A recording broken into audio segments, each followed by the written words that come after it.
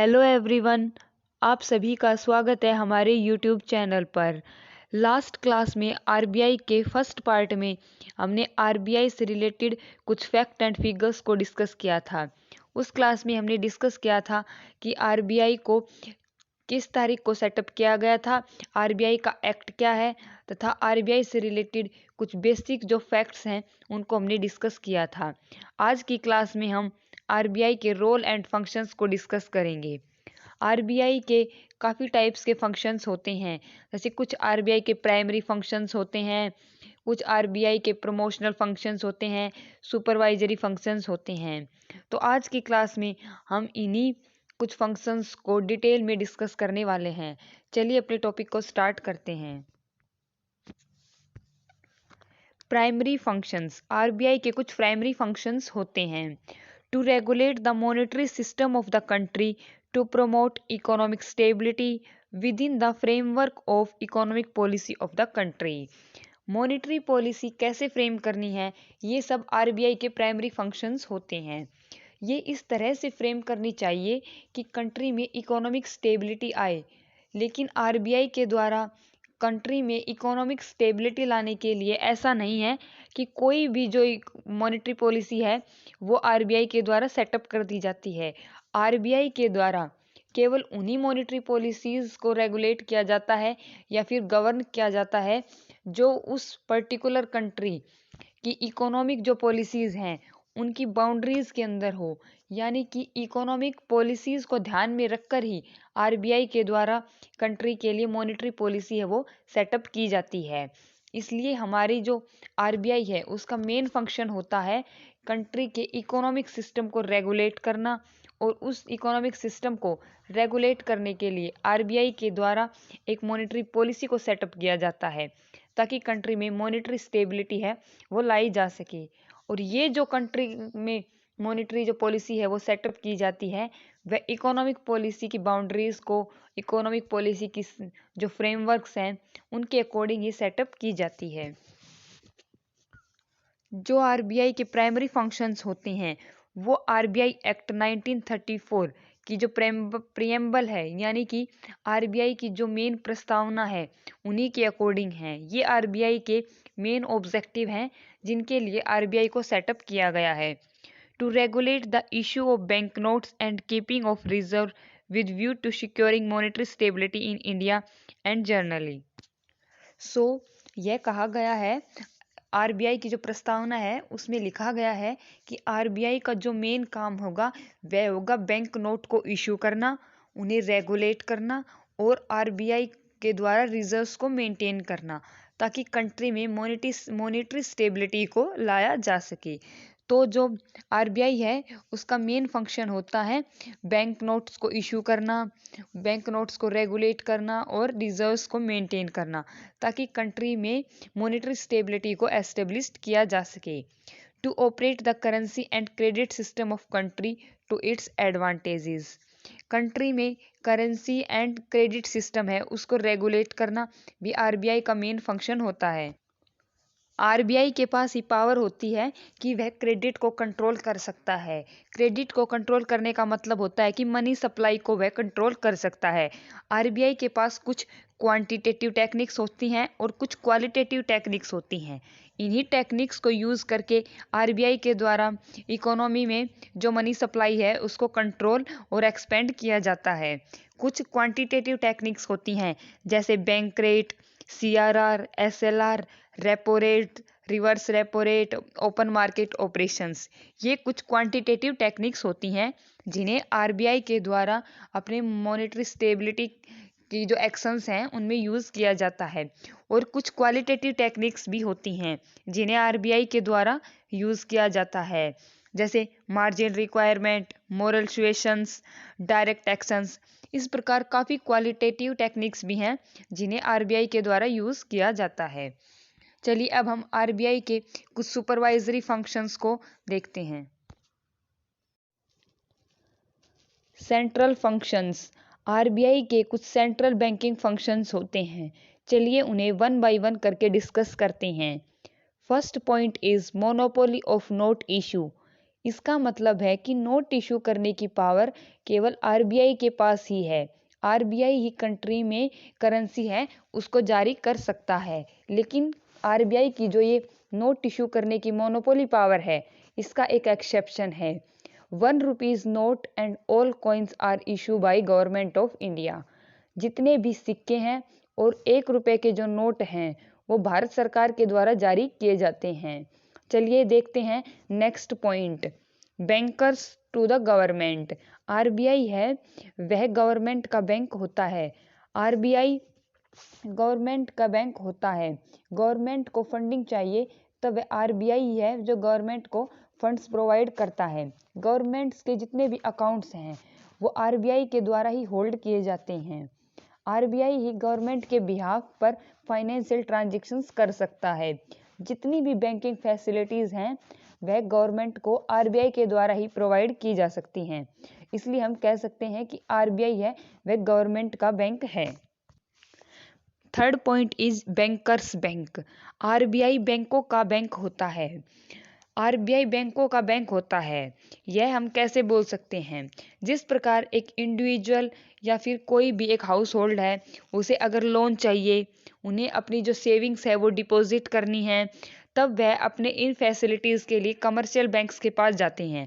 उसी प्रकार जब हमारे बैंक्स को अगर किसी लोन की ज़रूरत पड़ती है या फिर अपने जो सेविंग्स हैं, अपने पास जो एक्सेस मनी है उसको अगर डिपॉजिट करवाना है, तब वह आरबीआई के पास ही जाते हैं। आरबीआई है वह बैंकों के साथ डील करता है। इसलिए जो आरबीआई है वह बैंकों को बैंकिंग फैसिलिटीज़ है वो प्रोवाइड करता है। इसलिए हमारा आरबीआई है वह बैंकर्स बैंक होता है। Next point is lender of the last resort. जो आरबीआई होता है वह lender to the last resort होता है, यानी कि अंतिम ऋणदाता। जब कमर्शियल बैंकों को कहीं से भी कोई भी फाइनेंशियल हेल्प या फाइनेंशियल सपोर्ट नहीं मिलता है, तब केवल आरबीआई ही है जो कमर्शियल बैंकों को पैसा प्रोवाइड कर सकता है। यानी कि अंतिम ऋणदाता की भूमिका जो है आरबीआई बैंकों के लिए निभाता है। Next point is maintenance of foreign exchange value of rupees. Foreign exchange का मतलब होता है जो फॉरेन करेंसीज का कन्वर्जन होता है, मतलब करेंसीज का लेन देन होता है।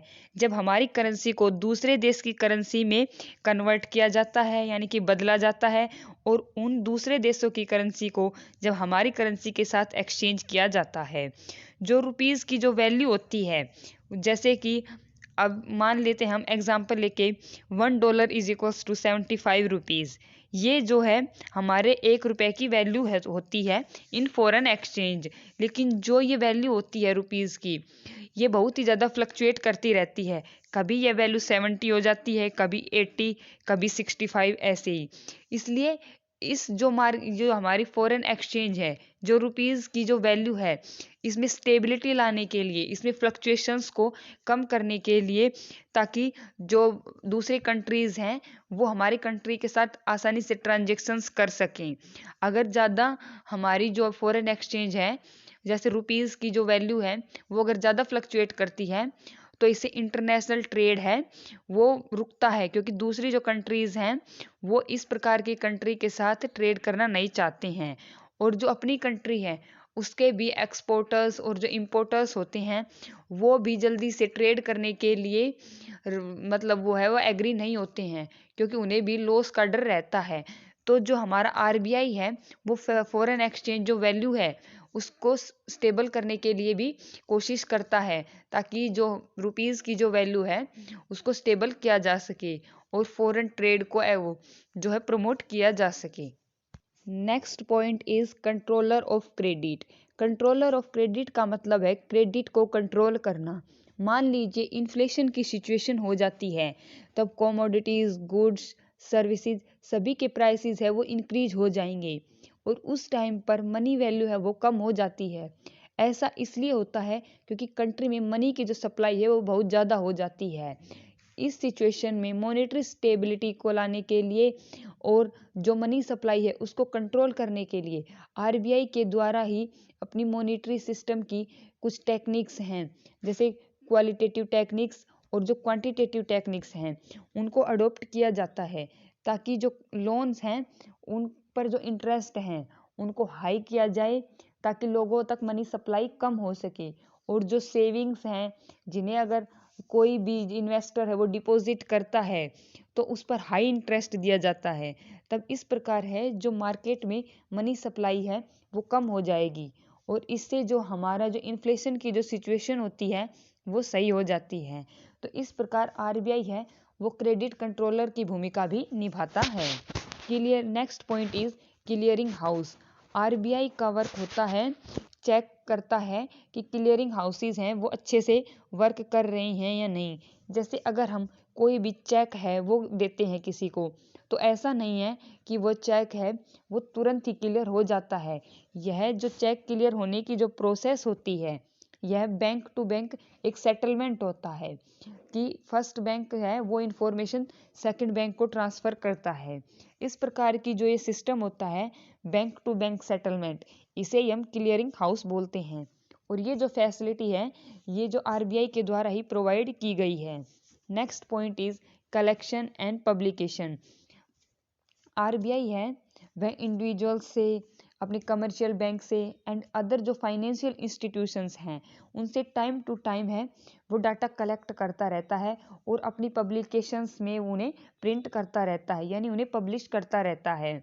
बैंक है वो मोस्टली डिटेल्स है वे कमर्शियल बैंक से कलेक्ट करता है कि कमर्शियल बैंक्स में किस प्रकार के रेवेन्यू हो रहे हैं, उनकी एनपीए क्या है, और इस उनका जो प्रॉफिट का जो लेवल है वो किस प्रकार से चल रहा है। तो इस प्रकार की जो इंफॉर्मेशंस होती हैं वो आरबीआई पहले तो अपनी कमर्शियल बैंक से इकट्ठा करता है एंड देन उसे अपनी जो पब्लिकेशंस हैं उनमें पब्लिश करता है, ताकि जो इन्वेस्टर्स हैं या फिर जो इंडिविजुअल्स हैं, जो कोई भी जो पर्सन है वह उन पब्लिकेशंस से कोई भी इंफॉर्मेशन है वो गैदर कर सकता है। तो इस प्रकार आरबीआई के बहुत से सेंट्रल फंक्शंस होते हैं। चलिए अब देखते हैं आरबीआई के कुछ अनदर फंक्शंस को। Next is promotional functions.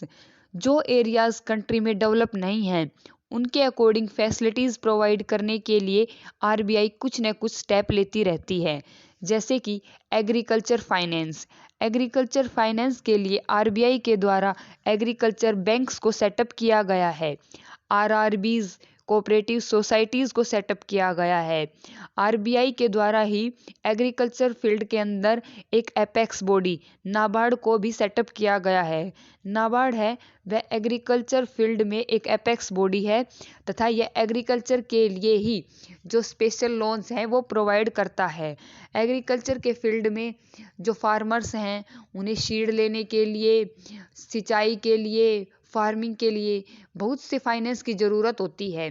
तो आरबीआई के द्वारा इन कुछ ऐसे इंस्टीट्यूशंस को सेटअप किया गया है जो मेनली एग्रीकल्चर फील्ड पर ही फोकस करते हैं तथा उस एरिया की जो भी नीड्स हैं उनको फुलफिल करते हैं तथा उन्हें एग्रीकल्चर एरिया में फैसिलिटीज़, लोन ये सब प्रोवाइड किया जाता है। Second is industrial finance. RBI के द्वारा इंडस्ट्रियल फाइनेंस पर भी काफ़ी ध्यान दिया गया है, क्योंकि जो इंडस्ट्रीज़ होती हैं उनको भी टाइम टू टाइम अपनी नीड्स के लिए फाइनेंस की ज़रूरत पड़ती है। इसलिए आरबीआई के द्वारा काफ़ी फाइनेंशियल इंस्टीट्यूशंस को सेटअप किया गया है जो मेनली इंडस्ट्रीज़ को ही फाइनेंस प्रोवाइड करते हैं। जैसे IDBI, industrial development bank of India, IFCI, ICICI, ये कुछ ऐसे फाइनेंशियल इंस्टीट्यूशंस हैं जो मेनली इंडस्ट्री फाइनेंस ही प्रोवाइड करते हैं, क्योंकि इंडस्ट्री को भी अपनी जो नीड्स हैं उनके लिए टाइम टू टाइम पैसों की ज़रूरत पड़ती है। तो इसलिए आरबीआई ने इस एरिया के लिए कुछ स्पेशल बैंक्स को या फिर बोल सकते हैं कुछ स्पेशल इंस्टीट्यूशंस को सेटअप किया है जो इन पर्टिकुलर एरियाज़ की जो नीड है उन्हें फाइंड आउट करते हैं तथा उनकी हेल्प करते हैं। Next is export credit. आज के टाइम में जब हमारा इंटरनेशनल जो ट्रेड है वो काफ़ी ग्रोथ कर रहा है, तो इंटरनेशनल ट्रेड के टाइम पर यानी कि हमारी एलपीजी की जो पॉलिसी है उसके बाद लिबरलाइजेशन, प्राइवेटाइजेशन और ग्लोबलाइजेशन, इससे हमारा जो ग्लोबलाइजेशन है वो काफ़ी ज़्यादा बढ़ रहा है। कंट्रीज़ एक दूसरे के साथ इंटीग्रेट हो रही हैं। जो ट्रेड है वो एक देश की कंट्रीज को क्रॉस कर चुका है। तो यहाँ पर एक देश से दूसरे देश में गुड्स को इंपोर्ट एक्सपोर्ट करने के लिए जो एक्सपोर्टर्स हैं या फिर जो इंपोर्टर्स हैं उन्हें फॉरेन करेंसी की ज़रूरत पड़ती है, या फिर उन्हें काफ़ी मात्रा में जो लोन्स हैं, फाइनेंस है, उसकी ज़रूरत पड़ती है, क्योंकि इंटरनेशनल ट्रेड के लिए कुछ अलग से भी फॉर्मेलिटीज़ की ज़रूरत जो है ट्रेडर्स को होती है। तो इंडिया के अंदर आरबीआई के द्वारा इंपोर्ट और एक्सपोर्ट को प्रमोट करने के लिए एक्सिम बैंक को सेटअप किया गया है। एक्सपोर्ट इंपोर्ट बैंक, जो ये बैंक है ये स्पेशली एक्सपोर्टर्स और इंपोर्टर्स की जो नीड है उन्हीं पर फोकस करता है और देश में एक्सपोर्ट और इंपोर्ट्स को प्रमोट करने के लिए जो स्टेप्स है वो उठाता है। तो इस प्रकार आरबीआई के द्वारा एक्सपोर्ट इंपोर्ट को प्रमोट करने के लिए भी काफ़ी सारे एक्शंस जो हैं लिए गए हैं। Next point is bill market scheme. हमारा जो बिल मार्केट है वो बिल्कुल भी ऑर्गेनाइज नहीं था। जैसे हुंडी मार्केट था तो ये बिल्कुल भी ऑर्गेनाइज नहीं था, ये अनऑर्गेनाइज्ड मार्केट था। मनी मार्केट के जो इंस्ट्रूमेंट्स हैं जो कि treasury bill, bill of exchange, promissory notes, commercial papers, इन सब के लिए एक प्रॉपर मार्केट नहीं था कि ये जो बिल हैं इन्हें कहाँ पर डील किया जाए। लेकिन आरबीआई के द्वारा एक मनी मार्केट को सेटअप किया गया और जिसे आरबीआई के द्वारा ही रेगुलेट किया जाता है। तो इस प्रकार मनी मार्केट के जो इंस्ट्रूमेंट हैं उनके लिए एक सेपरेट मनी मार्केट को सेटअप किया गया जिसे आरबीआई के द्वारा खुद रेगुलेट किया जाता है। तो इससे हम जो मनी मार्केट के इंस्ट्रूमेंट्स हैं उन्हें आसानी से और एक अच्छे प्रॉपर प्लेस पर जो है डील कर सकते हैं। Next is development and regulation of banking system. RBI के द्वारा बैंकिंग सिस्टम को भी डेवलप और रेगुलेट किया जा रहा है, क्योंकि जिस एरिया में बैंक की जो ब्रांचेज हैं वो नहीं हैं, अनबैंक के जो एरियाज़ हैं या फिर रूरल एरियाज़ हैं या रिमोट एरियाज़ हैं, वहाँ पर आरबीआई के द्वारा बैंकिंग फैसिलिटीज़ को प्रोवाइड किया जा रहा है। नई नई बैंकिंग के जो ब्रांचेज हैं वो अनबैंक एरियाज़ में सेटअप की जा रही हैं, ताकि जो बैंकिंग जो सिस्टम है उसको भी स्ट्रॉन्ग किया जा सके और कोई भी देश का ऐसा एरिया ना रहे जहाँ पर बैंकिंग फैसिलिटी हैं वो प्रोवाइड ना हो सके। तो इस प्रकार आरबीआई के द्वारा काफ़ी प्रमोशनल फंक्शंस हैं वो लिए जा रहे हैं। Next is credit to priority sector and weaker section. Priority sectors को कितने क्रेडिट की ज़रूरत है, वीकर सेक्शंस को कितने क्रेडिट की ज़रूरत है, इस प्रकार की जो रिसर्च हैं या फिर जो बोल सकते हैं जो इन्वेस्टिगेशंस हैं वो आरबीआई के द्वारा टाइम टू टाइम की जाती हैं और उन्हीं जो वीकर सेक्शन हैं, प्रायोरिटी सेक्टर हैं, उनको टाइम टू टाइम उनकी नीड्स के अकॉर्डिंग जो क्रेडिट है वो अवेल कराया जाता है। तो इस प्रकार आरबीआई के द्वारा देश में काफ़ी प्रमोशनल जो फंक्शंस हैं वो उठाए जाते हैं, ताकि एक पर्टिकुलर एरिया को जिस प्रकार की नीड है उसी प्रकार की फैसिलिटीज़ हैं उन्हें प्रोवाइड की जा सके। अब देख नेक्स्ट सुपरवाइजरी फंक्शंस। आरबीआई के द्वारा देश में काफ़ी सुपरवाइजरी फंक्शंस भी निभाए जाते हैं, चलिए उन्हें देखते हैं। हमारी कंट्री में बहुत टाइप्स के बैंक्स होते हैं, commercial bank, scheduled bank, non scheduled bank, reserve bank RRBs, Exim banks, इस प्रकार काफ़ी टाइप के जो बैंक्स हैं वो इंडिया में जो है वर्किंग हैं। अब इन बैंकों की जो वर्किंग है वो किस प्रकार से चल रही है उसको सुपरवाइज करने के लिए और रेगुलेट करने के लिए आरबीआई के द्वारा काफ़ी जो फंक्शंस हैं वो लिए जाते हैं। First point is licensing. किसी भी बैंक को इंडिया में अपना जो बैंक है बैंकिंग सर्विस है वो प्रोवाइड करने के लिए आरबीआई से लाइसेंस लेना पड़ता है। बिना आरबीआई से लाइसेंस लिए कोई भी बैंक है अपनी सर्विसेज को प्रोवाइड नहीं कर सकता है। और इसी प्रकार अगर कोई एग्जिस्टिंग बैंक एग्जिस्ट कर रहा है कोई बैंक, उसे भी अगर अपनी कोई न्यू ब्रांच खोलनी है किसी भी एरिया में तो उसे आरबीआई से लाइसेंस लेने की ज़रूरत होती है। तो इस प्रकार बैंक्स हैं उन्हें अपने फंक्शनिंग स्टार्ट करने के लिए आरबीआई से लाइसेंस की ज़रूरत होती है। Second is inspection of banks. RBI के पास ये पावर है कि वह कभी भी किसी भी बैंक की जो फंक्शनिंग है उसको सुपरवाइज कर सकता है। वह आरबीआई है वह देख सकता है कि उस पर्टिकुलर बैंक में किस प्रकार के रेवेन्यूज़ है वो जनरेट हो रहे हैं, उस बैंक की एनपीए क्या है, उस बैंक के लोन हैं वो उनका लेंथ कितना है, डिपॉजिट्स हैं, उन पर इंटरेस्ट रेट क्या है। तो इस प्रकार आरबीआई है वह बैंक की फंक्शंस को इंस्पेक्ट भी कर सकता है। बैंक्स के जो बुक्स ऑफ अकाउंट्स हैं उनका भी इंस्पेक्शन आरबीआई कभी भी कर सकता है। Next is control over management. RBI के पास किसी भी कमर्शियल बैंक के जो मैनेजमेंट है उसके ऊपर कंट्रोल होता है। वह उसके मैनेजमेंट को डायरेक्ट कर सकता है, उनके मैनेजमेंट से कोई भी क्वेश्चन कर सकता है और उस मैनेजमेंट की जो फंक्शनिंग है उसको भी देख सकता है और उस पर कंट्रोल कर सकता है। Next point is audit. RBI के द्वारा टाइम टू टाइम सभी कमर्शियल बैंक्स की ऑडिट की जाती है, उनकी बुक्स ऑफ अकाउंट्स को चेक किया जाता है तथा देखा जाता है कि जो पर्टिकुलर बैंक्स है वो अपनी फंक्शनिंग को अच्छे से कर रहा है या नहीं, बैंक को रेवेन्यू हो रहे हैं या जो बैंक है वो लॉसेज में जा रहा है, उस पर्टिकुलर बैंक की एनपीए कितने हैं और एनपीए हैं उनका रीजन क्या है। ये इस प्रकार से जो आरबीआई है वो बैंकों की बुक्स ऑफ अकाउंट्स को ऑडिट करता है। Next point is implication of deposit schemes. यदि अगर कोई बैंक किसी भी कारण से डूब जाता है और बंद हो जाता है तो जो बैंक है उसके जो डिपॉजिटर्स हैं उनके द्वारा जो भी बैंक में डिपॉजिट किया गया है वह भी रिस्क में आ जाती है।